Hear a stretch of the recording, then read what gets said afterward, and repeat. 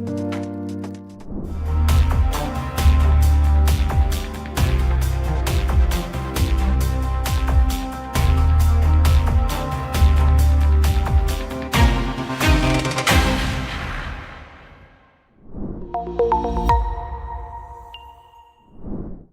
evening and welcome to Front Page on AIM Network, India's definitive media organization and voice on everything AI and technology. Tonight on Front Page, AI is evolving fast, powering autonomous workflows and global commerce moves. Indian startups are turning ideas into apps at lightning speed, while the space sector is pushing next-gen reusable rockets. Innovation is accelerating and India is at the heart of it. Here are the headlines for tonight. The new model from Anthropic delivers state-of-the-art coding, 30 hours autonomous workflows, and AWS Bedrock integration, positioning Claude as the most reliable agentic AI for businesses. OpenAI's new Etsy Shopify checkout inside ChatGPT signals its leap from AI assistant to global e-commerce disruptor, with India looming as the next big battleground. India's AI startup scene just hit another gear. Emergent Labs, the platform that turns plain English ideas into production-ready apps, has raised $23 million in Series A funding, led by Lightspeed India, with participation from Y Combinator, Together Fund, and marquee angels like Balaji Srinivasan and Google's Jeff Dean and Mistral's Devendra Chaplot. Chennai-based Agnikul Cosmos is building a Falcon 9-like fully reusable launch vehicle, aiming to cut costs and boost India's space economy.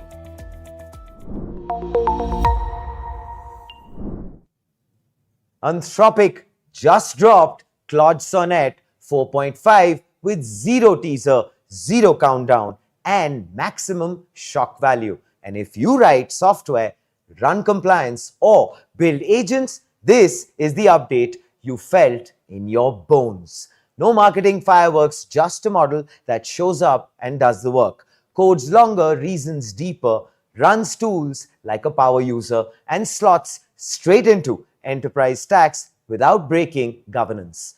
We've covered the Claude versus GPT rivalry, the Microsoft Anthropic tie-up, and the rise of agentic AI on Front Page. Tonight, all those threads snap together. Sonnet 4.5 arrives with state-of-the-art results on real engineering tests. SWE bench verified for code changes that actually compile and pass, and OS World for use a computer like a human tasks. In practice, that means fewer nice prototype moments and more ship it moments. Early enterprise runs clocked the model working autonomously for 30 hours, standing up services, wiring authorization, buying domains, even stepping through an SOC2 checklist. Partners from GitHub Copilot to Canva, Figma, and Devin report higher multi-step accuracy, fewer regressions, and less time babysitting agents. This isn't a chatty assistant poking one API at a time. Sonnet 4.5 coordinates sub-agents, fires parallel tool chains, executes bash, reads multiple files at once, and keeps the plan in memory instead of losing the thread mid-sprint. The effect is visceral. Tasks that used to require a human orchestrator, research, draft, test, remediate, and report, now chain reliably without a human stitching prompts altogether. Long context recall finally feels like a feature, not a gamble. Cross-conversation, memory, and intelligent context streaming lets Sonnet 4.5 remember yesterday's architectural decisions while focusing on today's diffs. So you don't waste time tokens re-explaining your repo or your style guide. It's actually the difference between an intern who forgets and a teammate who shows up prepared. Deployment is where most AI breakthroughs fall apart. This one is wired for production.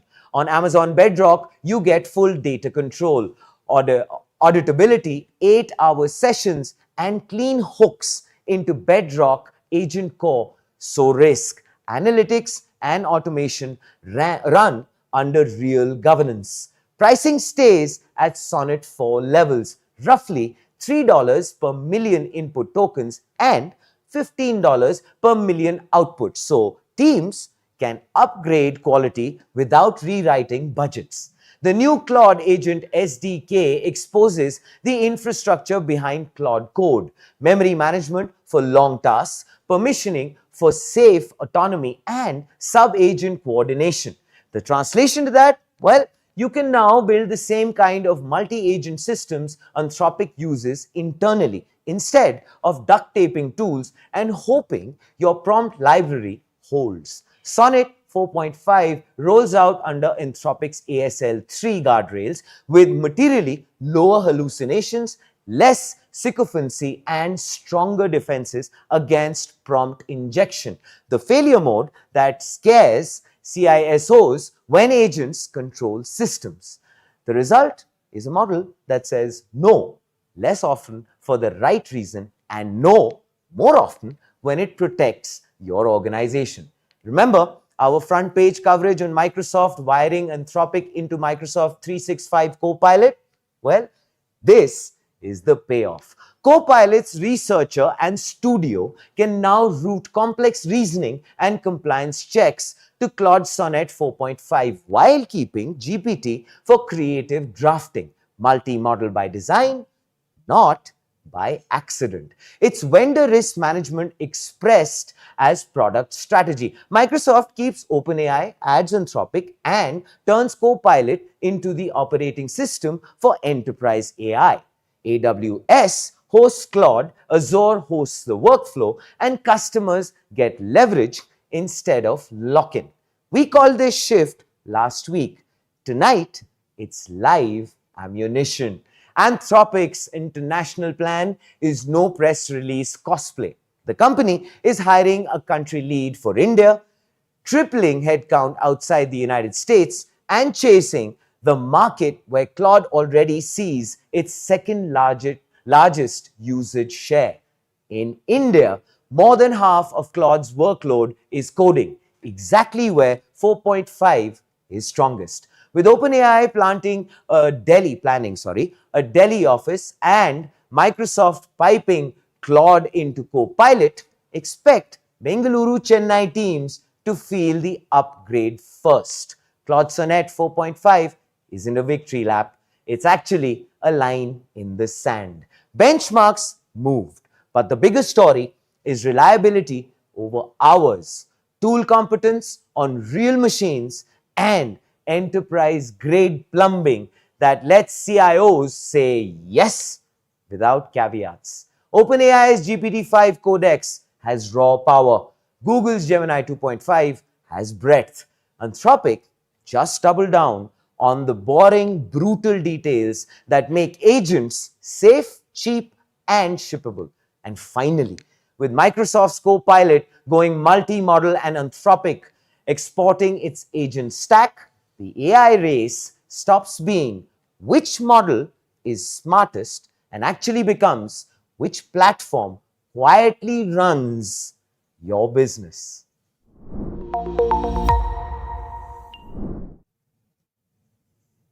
OpenAI now lets you buy directly inside chats, starting with Etsy and Shopify. For years, ChatGPT was where you search for answers. Now, it's actually where you swipe your card. With instant checkout, US users can buy from Etsy sellers today. And over 1 million Shopify merchants from Glossier to Skims are coming next. No redirects, no links. Just type, talk, tap, and it's yours. Etsy's stock jumped 7.3%. Shopify popped 4.5%. Clearly, Wall Street sees what's happening. This isn't a side feature. This is OpenAI muscling into Amazon territory. Stripe powers OpenAI's new agentic commerce protocol, now open sourced. The magic isn't just a button, it's a protocol. Co-developed with Stripe, the agentic commerce protocol is an open standard for AI commerce. Merchants don't need to rip up their back-end systems. They actually keep control, fulfillment, returns, and payments. ChatGPT simply acts as the middleman, securely passing details like a digital personal shopper. And here's the interesting part. It's actually open source, which means tomorrow anyone from Walmart to your neighborhood thrift shop could actually hook into ChatGPT's agentic checkout rails. OpenAI adds a new revenue stream without touching consumer prices. Merchants pay a fee on completed orders. Users, well, nothing extra. Prices stay the same. That's deliberate. OpenAI knows friction kills conversions. Free for consumers means more volume and more merchant fees flowing back into OpenAI's $12 billion revenue engine. If this sounds well familiar, that's because we reported on Pulse just weeks ago, OpenAI's proactive daily brief that hinted at becoming an ad surface. Now, combine that with commerce and you see the playbook. Search links to ads which points to buy. That's Google's trillion-dollar model, only this time inside ChatGPT. Shopify calls it, well, a shift in commerce, end quote. Merchants can now meet customers directly inside AI conversations. Shopify's product head says it very bluntly. People are discovering products in AI chats, not search. If you ask ChatGPT, best running shoes under $100, Shopify's real-time inventory feeds right in. If checkout is enabled, well, you hit buy and it's done. Voila. That's revolutionary because it keeps merchants in control. Their name shows up, their systems handle fulfillment, and their brand relationship stays intact. It's AI-powered discovery without ceding identity to Amazon. Agentic commerce could spark a $10 to $20 billion iPhone-style AI shopping supercycle. Remember this, more than 700 million people use ChatGPT weekly. Even if a fraction start buying through chat, this is a whole new commerce channel. Analysts are actually already calling it a potential supercycle, the kind that once drove smartphone adoption. But there's always a risk. OpenAI must balance discovery, ads, and most importantly, trust. If users feel nudged towards products because of fees or ads, the magic breaks. That's why they're loudly stressing. Instant checkout doesn't influence ranking. Results remain organic. From Etsy crafts to enterprise deals, OpenAI is building the rails for agentic shopping. This isn't just about buying a mug on Etsy. This is OpenAI testing how far users trust an AI agent with their wallet. Pulse showed how ChatGPT could anticipate needs. Now commerce shows it can fulfill them. Put the two together and you glimpse a future where your AI doesn't just recommend a running route, it also books your shoes, gels, and recovery kit before breakfast. And let's remember this. As we reported here on Front Page, OpenAI isn't shy about monetization. Ads are coming. Commerce is here. The compute grid is being built. What started as a chatbot is morphing into an operating system for life. This is more than Etsy in ChatGPT. This is OpenAI quietly re-architecting the internet's checkout button, planting itself at the center of the next trillion-dollar commerce cycle. Instant checkout isn't available in India as yet, even though India is OpenAI's second largest usage market and growing fastest globally. And that gap actually matters because when this drops in India, chat to discovery to purchase will basically compress from minutes to seconds. making ChatGPT not just a tool, but the default shopping interface for hundreds of millions. It shifts power from big marketplaces to whichever AI platform wins trust and reach. Because in a country where mobile first commerce already dominates, this move could actually flip the script. Search engines de emphasized, marketplaces de intimidated, and ChatGPT turned from companion to cashier. And let's be very, very clear. This doesn't just put OpenAI in Amazon's crosshairs, it actually puts them on a collision course with Meesho, Flipkart, Agio, Nykaa, Blinkit, Big Basket, every platform that defines Indian e commerce today. Interesting times, I say.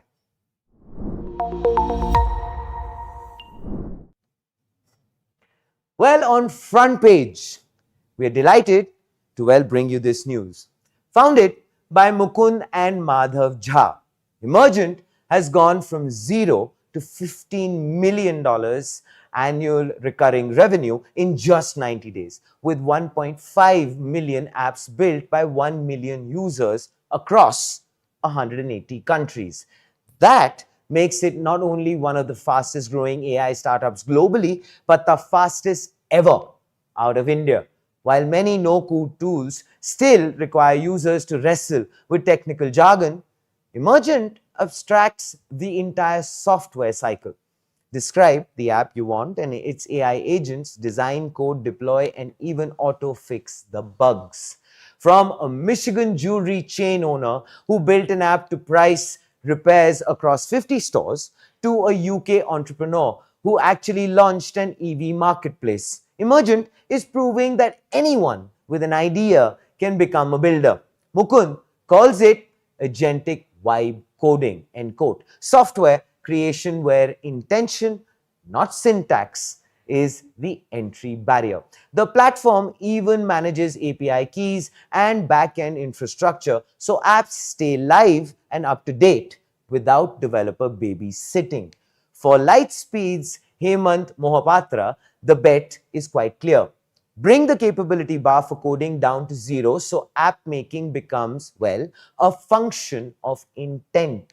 End quote. Emergent is now part of a global race where Replete, Cursor, Lovable, and other AI platforms are nudging users to write mini apps. But Emergent stands out by owning the post-development lifecycle, deployment, sharing, bug fixing, and support, all powered by AI. This raise, well, signals something bigger for India's AI ecosystem. From Rocket's $15 million vibe coding round, which, by the way, was extensively covered here on front page, to Emergent's $23 million sprint.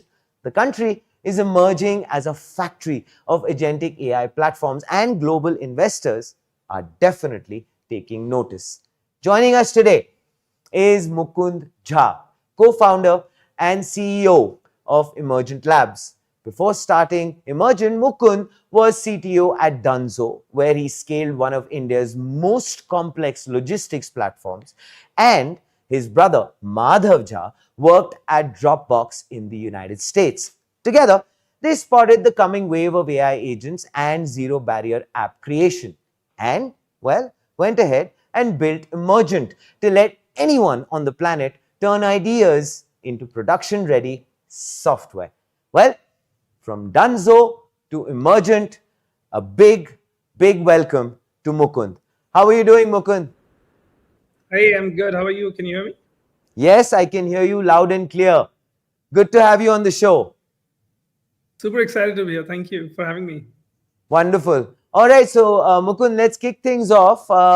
Let's start from the start. We moved from building one of India's most complex logistics platforms to actually Right. creating an agentic vibe coding platform along with your brother Madhav, who actually brings a very rich research acumen, who was also, by the way, a founding member of the research team that built and shipped Amazon SageMaker.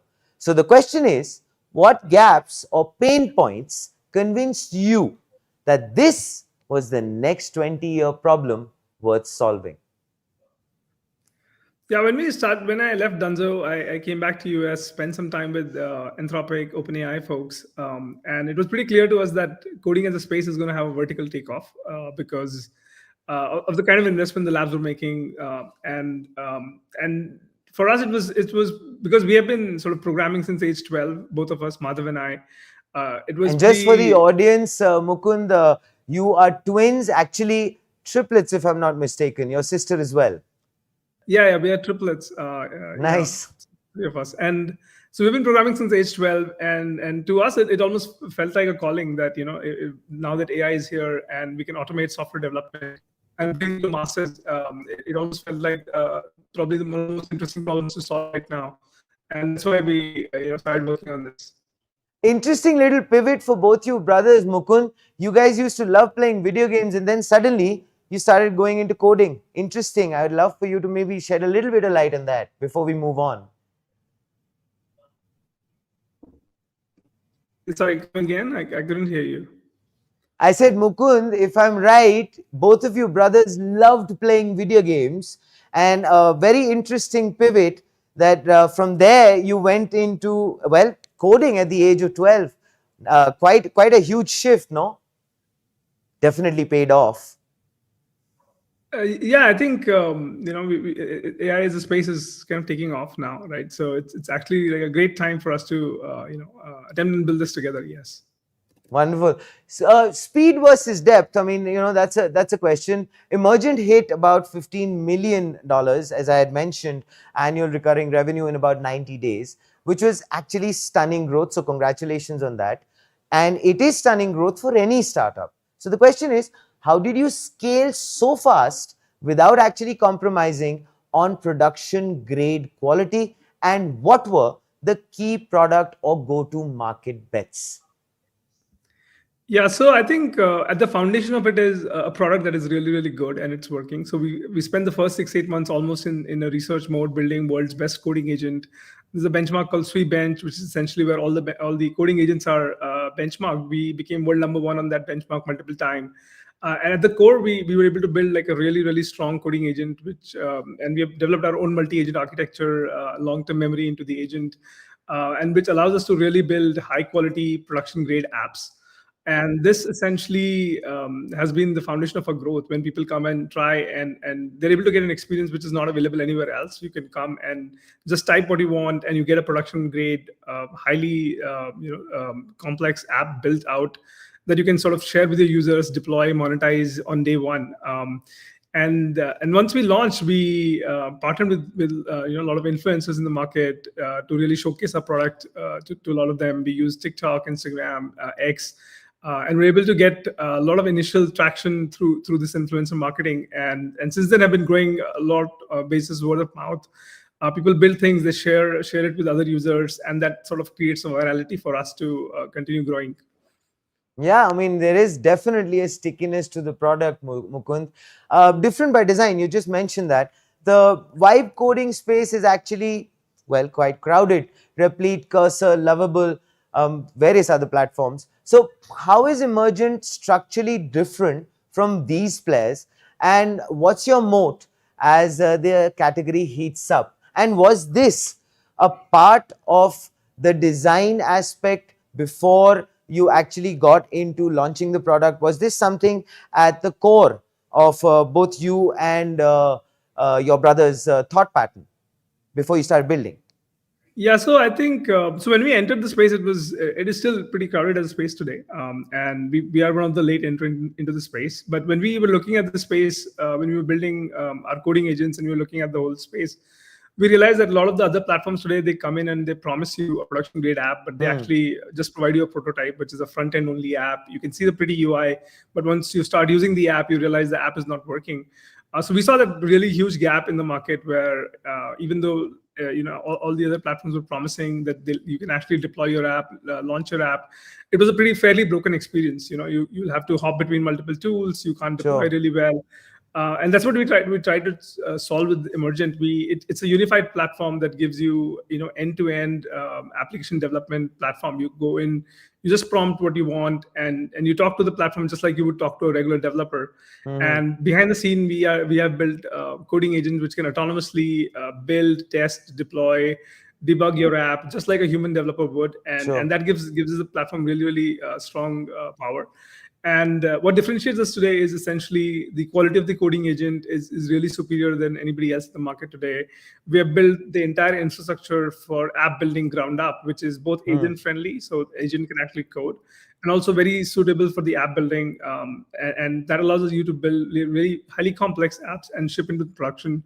And we have people. So typically, like on our platform, you'll see, the complexity of the software is roughly 50,000 line of code, 35,000 line of code.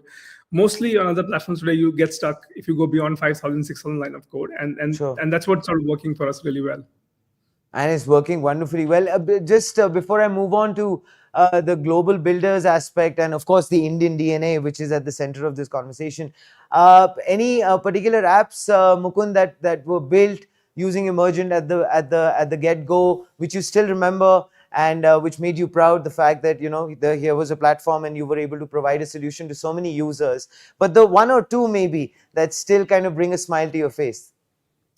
Yeah, I mean, every day I meet users who are building things that I didn't believe was possible on Emergent, and really, really exciting to see that. I mean, a few days back, I was talking to a user who runs a gardening service, and they were able to build this entire gardening app where they have a user app, they have an admin app, they have a gardener app which has real-time tracking, which has job allocation, and they were able to build this whole entire SaaS product on their own, and with zero coding background. This is a person who is a business person and who was able to build this app, and they had actually gone to a dev shop to get a quote, and they got $100,000 quote to Wow. just build the first version of the app, and they were able to build it on Emergent, and it's actually live with their gardeners, with their users using Nice. that. The other person I was talking to a few days back, they're building an AI CRM app on a platform. He's an entrepreneur, and they're trying to launch an AI first CRM, and they built the entire platform completely on Emergent. And roughly like half of the apps on the platform today are AI apps. A lot of people are using us to build AI native experiences, which is another place where Emergent is really good at. And it's really heartening to see the kind of ideas people have on the platform today. Yeah, and the fact that you're at the center of it all must be actually making you feel really, really proud. So basically, with about 1.5 million apps built across 180 countries, wow, that's a staggering number, and I'm only hoping that it is going to keep growing. So how do you maintain a strong Indian identity while scaling a true global builder community? Yeah, and we're growing pretty fast. I think now we are closer to about 2 million apps, 1.5 million people on the platform, and going pretty rapidly. And of course, like I think we have a global DNA. Like we have an office in SF and Bangalore, and of course, like a lot of our roots are in India. Most of our team is from India.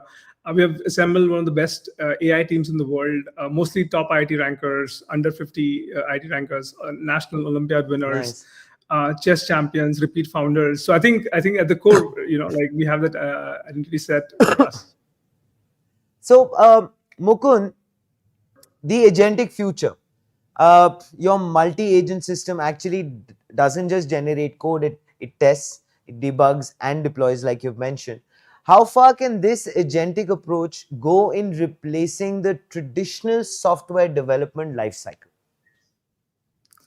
Yeah, so I mean, our core thesis in building Emergent has been that if you want to take an idea to a production grade app, you will have to embed all of the software engineering best practices. So imagine, world's best software engineering team, and everything that they do on a day-to-day basis will have to embed that into our platform.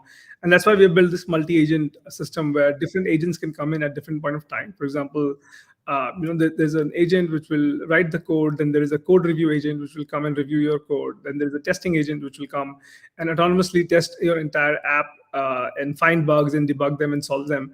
And that's why the system is working really well, where you almost have your own dev team on cloud, which sort of builds you the entire app.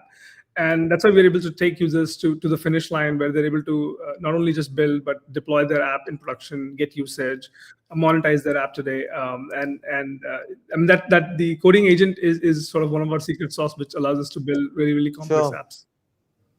Mukund, you of course made it sound so simple, to be honest, when you just described the entire flow. But when the building actually started, when you were constantly brainstorming with the team, your brother, what were the areas which you felt needed immediate attention? Because I remember reading somewhere that you believe in bringing an engineering solution, and that's the DNA at Emergent, in solving the biggest problems. And if you can solve the biggest problem, then you can actually go ahead and solve the others quite easily. Is that the way that you went about the entire method?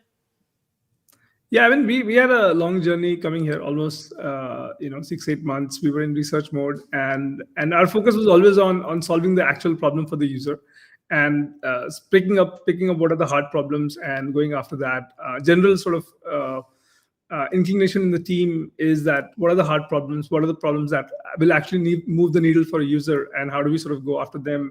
And generally, like, we ship really fast. It's a pretty small team, 14 people engineering team.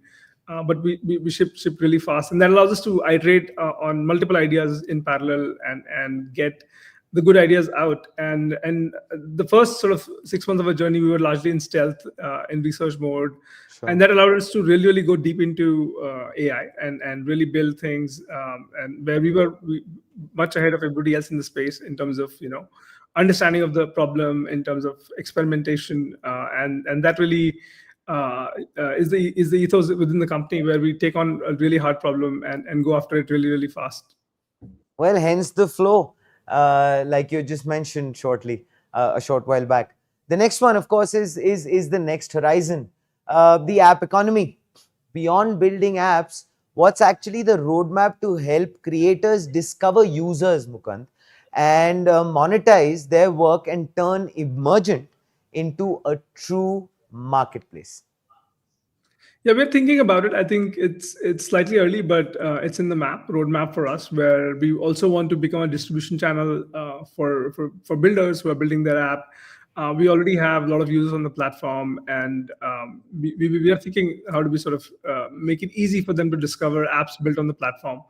And it's still early days, so we'll have to see how do we sort of get that to users. But one of the reasons that we have built our own sort of marketing engine, and we have automated large parts of marketing internally, and we want to productize that and provide it to our users as well, so they can use these channels to scale up their distribution. We're also going to be launching agents very soon, so people would be able to not only Nice. just build apps, but also agents on the platform. That's coming really, really soon. Nice. I think the next few months are super exciting. I saw Sonnet 4.5 launch we're talking about. We just launched that yesterday. And so I think it's really exciting time to be building in AI, and lots to come over the coming months. All right. Mukund, you had actually mentioned this, and the fact that as far as your focus is fairly laser sharp when it comes down to how many apps are being built on Emergent which actually have usage. And well, since it is the North Star, these are your words, of vibe coding. Also, what have been the value additions made or planned for the end user experience, which actually Emergent prides itself on? Correct me if I'm wrong. No, that's correct. I mean, our focus is the end user usage, that how many people are actually getting value from the app. And what we have seen so far is that when we started, even at a lower base, a lot of people were deploying apps with us. Today, that number, the percentage has doubled. And while we are continuing to grow, so we have been able to improve the platform, where almost double of what early days used to be in terms of deployment. And we have power users who are building very serious launchable apps. There, the deployment percentage is even higher. Almost 2/3 of them actually deploy with us today. So that's sort of really our focus area on how do we get the user to the end value, where they can deploy these apps, they can get usage, they can really monetize these apps, and that's sort of been our focus. In terms of what innovation we have done, I think largely like our focus has been that how do we bridge the gap between a developer and a non-developer. So Hmm. imagine when you're chatting with the I mean, just to give you feedback, like if let's say you see an error on the screen, a developer would give a very different feedback. For example, Sure. they will paste an error log, or they'll say, hey, this is the error. A non-developer would just say, hey, I can't see the app, or I can't log in. And how Sure. do we sort of decipher that and make it work autonomously behind the scene is what we have sort of innovated on. And what we have done is taken away a lot of the effort that a person has to do to build the software, because we autonomously test things, debug things, and Mhm. that's been sort of the core innovation in the product today. Also, the fact that, I mean, like I'd mentioned a while back, Mukund, the fact that the product has stickiness, and also that you're giving it the entire ecosystem from the debugging aspect to the support after the app has been launched. I think that is a huge shot in the arm for the users. In terms of the fact that they want to be with Emergent because they're not left high and dry post them using it and actually having taken the app. True. I mean, our goal is to take the user to the finish line. I'm sorry, I missed that. Yeah, I was saying our goal is to take the user to the finish line so they can actually build and monetize whatever they've built, and that's what we have really focused on today. Fair enough. All right. So, Mukund, finally, you of course are expanding and you're doing so very aggressively, and kudos to that. As far as hiring in India is concerned, I would love for you to maybe shine the light on that and tell us who are the probable people who could be a part of Emergent, and if you are hiring in India, how is it looking? Yeah, we are hiring across the board, and I mean, generally, we are trying to bring on the smartest people who are excited about building in AI. We are fairly role agnostic right now. Mm-hmm. Obviously, we're hiring on the engineering side, product side, design side, also on the business and growth and marketing side, and generally looking for people who are really excited about building in AI, who want to experiment, and people who are at the top of their field and creative in what they're problem solving. Nice. And people can reach out to me on LinkedIn or email us. But we are hiring across the board, both in Bangalore and SF office today. Which is very encouraging. Mukund, the final message that you'd probably like to give to, well, the potential people who could be a part of Emergent, or for that matter, the entire founder startup ecosystem here in India, and anybody else that you might want to go ahead and give a shout out to.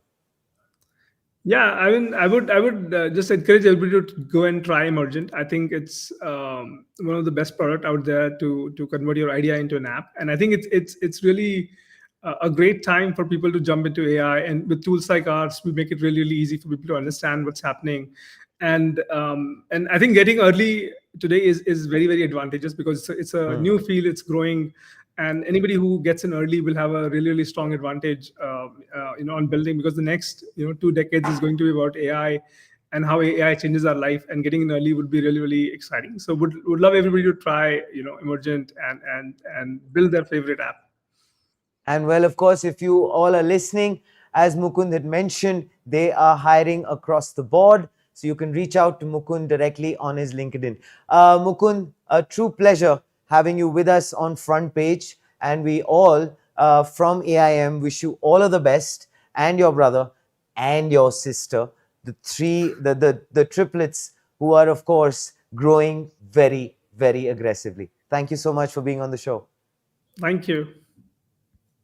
All right. Well, ladies and gentlemen, that is basically India's AI moment. This raise actually signals something bigger for India's AI ecosystem.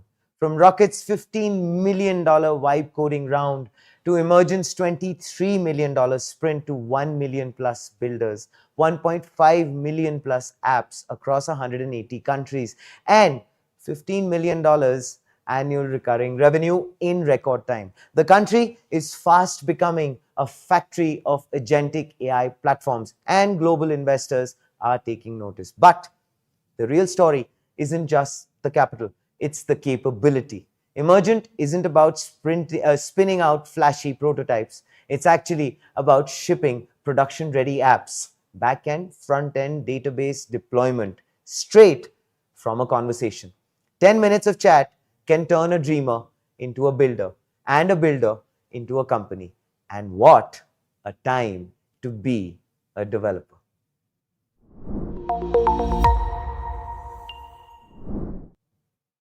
Well, finally on front page, at the International Astronautical Congress in Sydney, Agnikul Cosmos unveiled its plan to build a Falcon 9-like reusable launch vehicle, a rocket designed not just to fly, but to return, refurbish and relaunch, cutting costs dramatically. The move places Agnikul in the same conversation as SpaceX, which has dominated launch economics with the Falcon 9's reusability.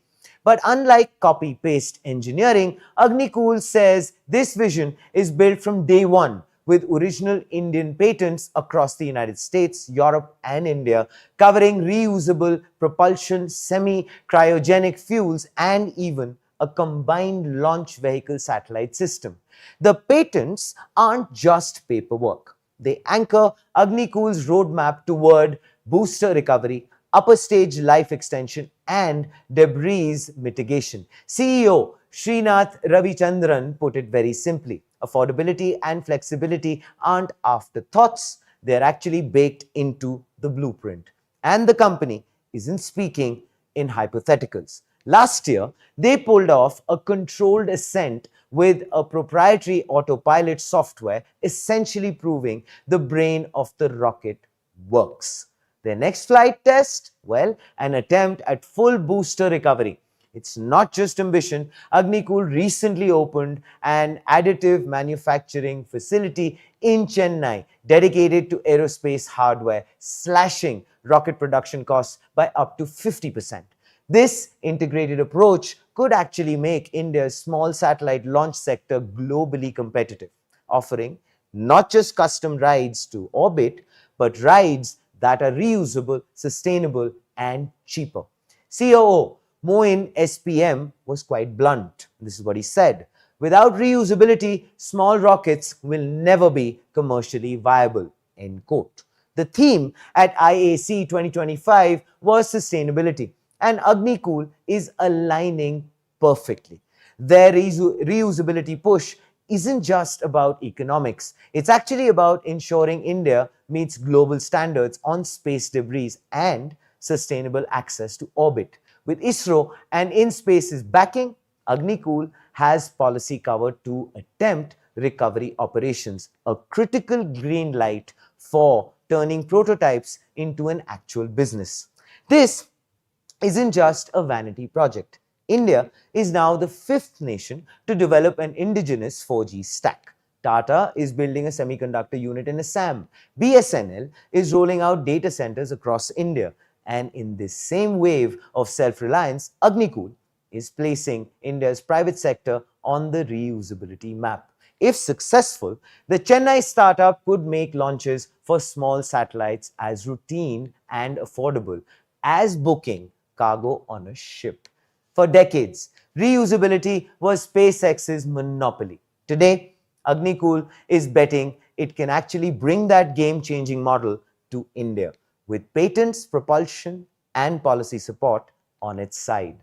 And if Chennai can pull this off, the next Falcon 9 moment might just have Made in India stamped on its engines. Well, that's time to say goodnight on front page on AIM Network, India's definitive media organization and voice on everything AI and technology. Front page is powered by MachineCon 2025, an invite-only residential summit for GCC heads brought to you exclusively by AIM Network. We will be back right after these short messages with Debunked, where we bring you the latest tools in tech, and the myths are smashed and the lies are sunk.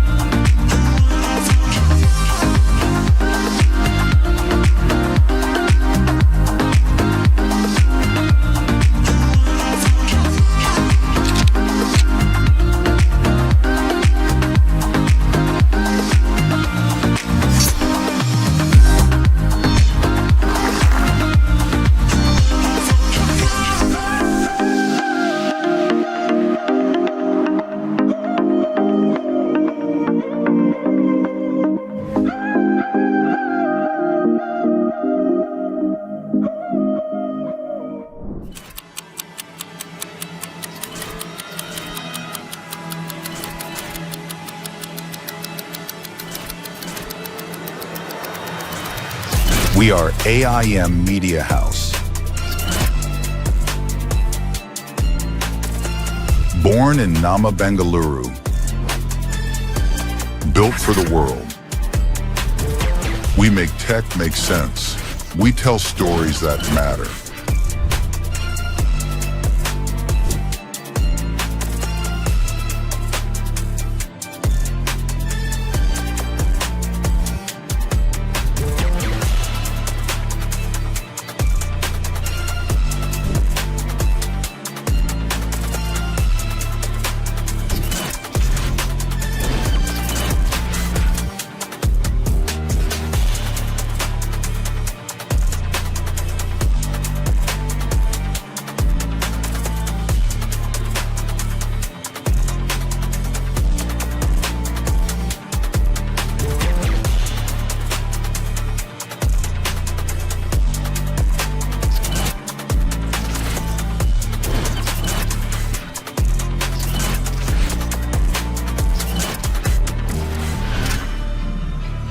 This is the era of AI, and we are the ones telling its story.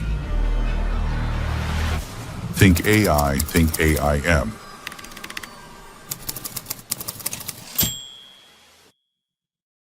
And I've seen this place grow from strength to strength. Speakers, the sessions, and the vibe around that. Love the vibe. Love to see how big it has gotten over the years. The largest AI conference in India.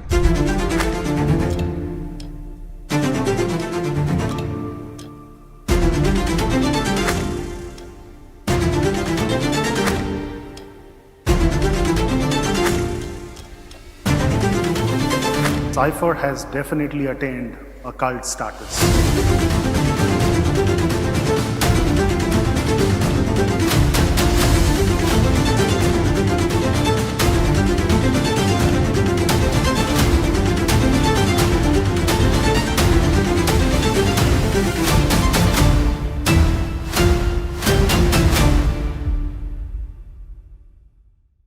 Artificial intelligence. AI. Coexisting. AI.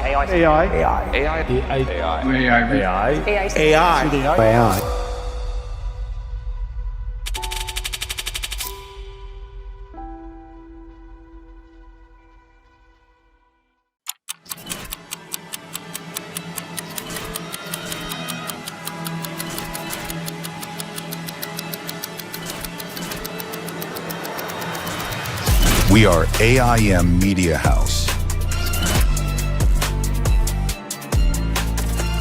Born in Nama, Bengaluru. Built for the world. We make tech make sense. We tell stories that matter.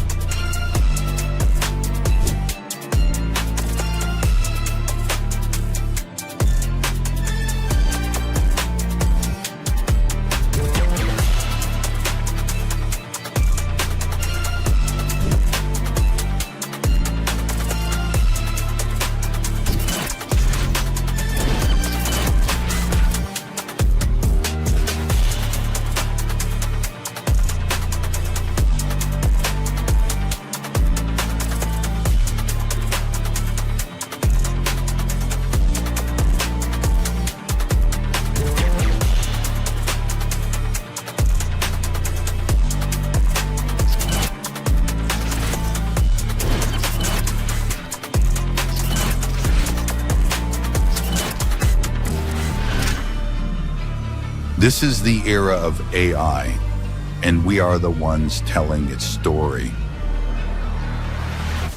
Think AI, think AIM.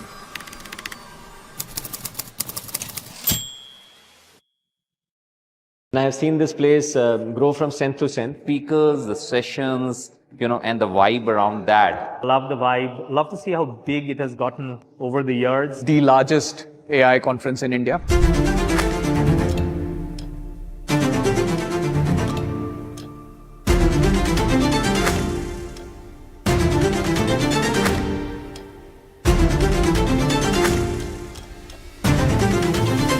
Cypher has definitely attained a cult status.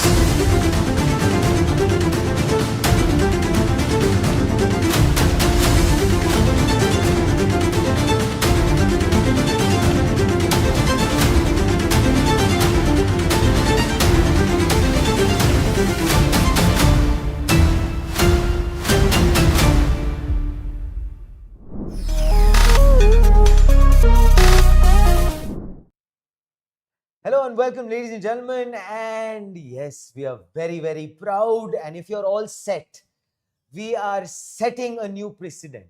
And we shall go ahead and set new aspects. If you still haven't got it, we are actually on a new set. Congratulations, Abhishek. Thank you so much. It feels so good. Right? Yeah. You're so excited, I must say. And of course, you realize what it says behind you. It's actually talking about you. It's an ode to you. Oh, what is The that? future is here. Yeah. Okay, now you're happy? Very, very happy. Okay, now can we get along with the show? Yeah, please. Okay, thank Go you. ahead. Well, so basically, ladies and gentlemen, we are debunking tonight Claude Sonnet 4.5, Anthropic's latest drop that's actually being hailed as the end of Copilot. Sounds very ominous. And actually the dawn of the AI engineer. Anthropic's flex is actually hard to ignore. It's actually reached 82% on SWE bench verified, ahead of GPT-5 and Gemini 2.5 Pro which is at 74 to 77%. 61.4% on OS World for computer controlled tasks, which is 10 times fewer false positives in AI safety risk detection. And of course, before we bring Abhishek in, the viral headline, which is Claude Sonnet 4.5 allegedly cranked out 11,000 lines of slackline code in one shot, running 30 plus hours non-stop. No resets, no babysitting. So basically, welcome to the show, Abhishek. And I would love for you to go ahead and break down that headline which has gone viral. Yeah. Thank you so much. And this Claude Sonnet, before 4.5, we had Sonnet 4. Sure. And it was already the topper, Yes. right? So in basically coding aspects, in Copilot's aspects and all. And then they have come up with Sonnet 4.5. I will very briefly tell you that what is the basic architectural difference, so that it is signing out, right? So once I first read through it, I was reminded of a law. It is called Miller's law, right? It is basically in psychology. So in 1956, a paper was published by George A. Miller, right, from Harvard University. And in that it was said that any normal person, they can memorize 7 plus minus 2 points at a time, right, in their current memory, right? Then it was said, if we go into more details of the paper, it was said that, okay, maybe suppose I had some meeting in the morning, but till evening many events happened. Many events happened in my life. What would happen that I won't forget that I attended a meeting in the morning, but the details of the meetings will slightly start to fade away, right? On very similar logic, this architecture is built, Sonnet 4.5, right? So we have discussed earlier also that there is a context problem when we are dealing with high-end codes. As you read through the headline, it ran for 30 plus hours. There were no resets. To so many thousands of 11,000 lines. 11,000 lines. See, my 7.25 is working perfectly fine. I don't know about you. Anyway, carry on. Yeah. So I have a shorter memory. So the thing is that if we talk in that aspect, those 11,000 lines of code, 30 plus hours, it needs a huge context to run through it uninterrupted, right? Right. So there is the place where it shines. It just mimics that human brain kind of the Miller's philosophy. law aspect. Yeah, in which whatever is not so relevant, it will start deleting it slowly. Yeah, from behind. But still, it will keep the headers. As you know that you had a meeting, it will keep that. But finer details, which are not so important, which it thinks, it will keep on deleting. So that is where is the actual difference. Okay, so before we get into the debunked aspect of things in terms of debunking all of the facets of Sonnet 4.5, very quickly I want to ask you, as a user, as a coder yourself, and a very adept one at that, how's your experience been? Yeah, so it's a very recent thing, I think 20-25 hours before it had been launched. But I thought you get enthusiastic about these things. Yeah, definitely. And as it was launched, it was integrated with all the tools that are out there. Like in Cursor, I will show you right now. Like here you can see, if I click on agent, you see Claude 4.5 is showing up here. Right. Even on Windsurf, it is showing here. Even I checked for deployment side on AWS also, it has been integrated to Bedrock. So I had a chance, not so extensively. Not so extensively, fair enough. Yeah, but you see, to test, it took 30+ hours. Yes. So, and so I couldn't test so extensively to But make you're excited about it. Yeah, but in the limited time that I had, I tried a few things and it was exceptionally good. Oh, wow. Yeah. And coming from Abhishek, because he is very, very critical and at times judgmental. But we will, of course, get into debunk point number 1, which is benchmarks aren't blueprints. Yeah. Yes, Sonnet 4.5 tops SWE bench. Yeah. But does the SWE bench is a narrow bug fixing benchmark? Okay. And not the chaos of enterprise production, which is true. Yeah. So basically, benchmarks reveal potential, not how models behave with flaky APIs. Yeah. So I would like for you to maybe debunk that. Yeah. So the thing is, SWE stands for software engineering. Yes. Yeah. So there are, on similar lines, there are many other benchmarks like DS100, DS1000. So DS stands for data structure and algorithms, right? So I think we should not just rely on just one benchmark, which is all right. SWE. But it has been tested that SWE is a very good benchmark. No, agreed, right? Abhishek. But the fact is that I guess what we're trying to debunk in the first point is the fact that fine, a benchmark is good. Yeah. As a platform. Yeah. But how will it behave, for example, when it has to deal with like the flaky APIs, or when it is actually into production, or we are trying to figure that out? Will a benchmark be the right yardstick to judge how 4.5 will behave? Or are we going to still wait and watch? That is the point. Yeah, so for that point, I would like to say that whatever benchmark testing happens, that happens in a paused world scenario. Okay. Right? In paused world, there is no chaos. I will explain it a bit. So please if you allow me to. Yes, absolutely. Please take your time. Yeah. So the thing is that suppose if I am building an app, right, which takes into consideration what are my schedules from my calendar. It say books my cabs for me, it books the restaurant for me, and all those things. If I am to test that app, that how it is behaving, how it is fetching all the informations, all the relevant informations, and figuring things out. So this is a paused world scenario which I am talking about. Fair, there's no chaos. Yeah, in real life, what will happen? At the meantime, some meetings will get scheduled for you. Agreed. Right? Cab driver will deny you the ride at the last moment. Then you will have to figure out. We've all faced that. Yeah. Similarly, at restaurants, odd things can happen. Right. So the waiter might spit in your food, but no. So whatever we are doing right now, so whether these things are ready for deployment in a like a agentic solution or not, agreed, that we will have to test aggressively in real world scenario.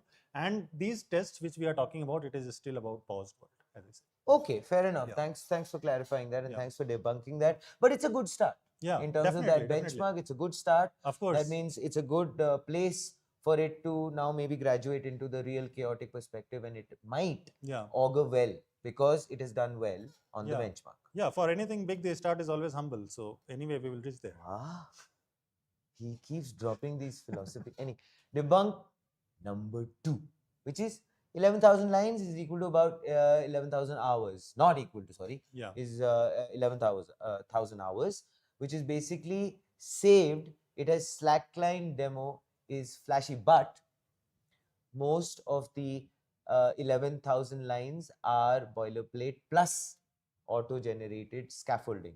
Quality and maintainability, that's where I guess you've guessed where I'm going with this, will still need human review. 30 hours non-stop, you were very excited, and of course you thought was brilliant. Sounds epic, but debugging, testing and integration take way longer in real life. Like for you to shine the light on that now. Yeah, so the thing is that it is often thought that if 11,000 lines of codes are written and developers are with this perspective that I should understand each line of code, so that if tomorrow something goes wrong, like if I am in a meeting with my boss and he says that this is going wrong, so I should be able to answer that, okay, at that place that thing needs to be tweaked so that it works again, or it works in the desired way as you want. Right? So now with vibe coding tools and all, this thing has become a nightmare, because if somebody else is writing a bunch of code for you, 11,000 lines of code, and now you want to get acquainted with it, right? So that will take a lot of time and energy for you. That is one aspect. But another thing is that now debugging, tweaking, all these things are also getting automated along with that. So it's not that it will just create a thing for you and it will leave the nightmare to you. It will also try to fix it for you. Yeah, suppose here if I am putting just a generic prompt and I am creating something, I can also put a follow-on prompt if something goes wrong, that okay, please find at least please find the block of code where things might have gone wrong, or please let me go through. It will create multiple files here actually. Got it, understood. So it's not leaving you high and dry, although fine. Somebody else is doing all the heavy lifting, but it's also assisting you in terms of the fact that it's debugging and fixing all those. Exactly. All right. Well, that theory has been... And with time, if it gets good at it, then maybe developers won't even need to know all those things that are written there. Understood. Again, that's I guess what brings us to that point which you had made earlier, which was the human review bit, which I guess is very important. Number 3, memory and pruning. That's what we were talking about, well, a little bit. Double-edged, persistent memory and context pruning cut token bloat by almost 84%. That means longer agent runs, cheaper costs, and fewer context resets. But persistent memory also raises new headaches. For example, drift. Does the AI accumulate small errors over long runs? Security. What if memory retains sensitive data? Oversight is a big one. Longer unsupervised chains, which equals harder to audit. Efficiency is not equal to reliability. That is probably what I would like for you to debunk. So the thing is, it is often thought that whenever we are developing something, suppose we are developing an application, what will happen that few blocks of code or few information we will need to reiterate upon that multiple number of times, right?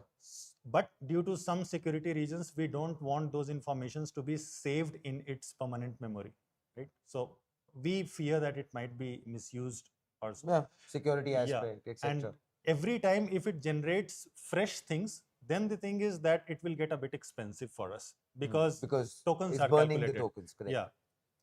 So anyway, as Buddha had said, you have to get to the middle way, Madhya Marg. You have to find nicely said, sir. Madhya Marg. You have to keep a balance of all the things, and it depends on project to project. Like if I am working on a very, like for Ministry of Defense, I am working, and there is a project in which I cannot, extremely sensitive data. Extremely sensitive.